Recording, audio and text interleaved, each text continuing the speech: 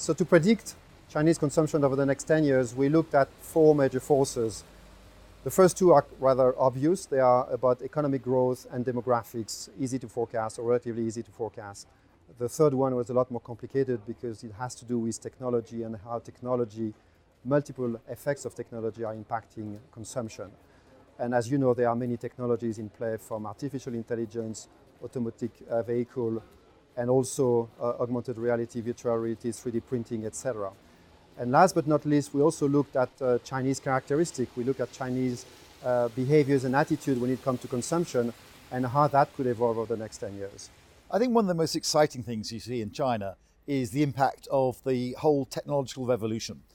Now, of course, we see this around the world, and the fact that consumers are hyper-connected, they are hyper-empowered, and they're looking for hyper-convenience is seen everywhere. But what's unique about China?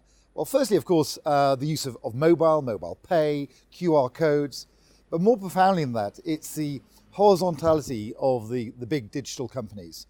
And what they have done is joined up the likes of social and e-com, so they really can get a much better data play than we see elsewhere. And of course, the Googles and the Facebooks aren't in China.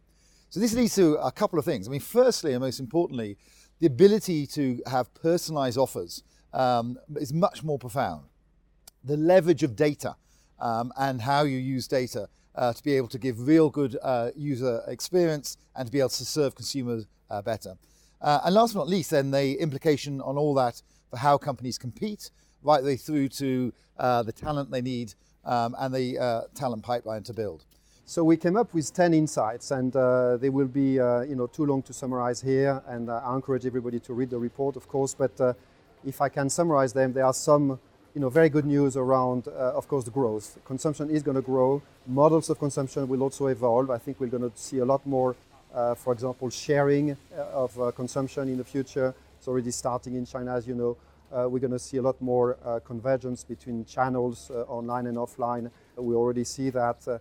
We're going to see a lot more personalization of products enabled by data. Right now, consumers are really happy and excited about all the advantages they can get out of data and all the services they get out of data. But as that builds with smart homes and voice, etc., you can see a point where data unintentionally has a negative impact. And in that, then, the consumers will start challenging, what is all this data being used for? So we discussed a lot about codes, policies. How can we start really leading for the right way to handle data so there aren't any unintended consequences? I think, like always, the most important thing to do is to be very close to consumers. Technology is changing incredibly rapidly. It's the consumer behavior change and attitudes that are driven by that technology change are much harder to understand. We talk a lot about the technology change, a lot less about the impact on how consumers are changing. There are also some questions that still need to be debated. One is, of course, the impact on urbanization and how consumption is going to impact the fact that there's going to be more people moving to already very large cities in China. Other questions, of course, around data privacy. Data in China is in the hands of an oligopoly, and the way they can interpret this and use that data could be troubling for the society and for the consumers.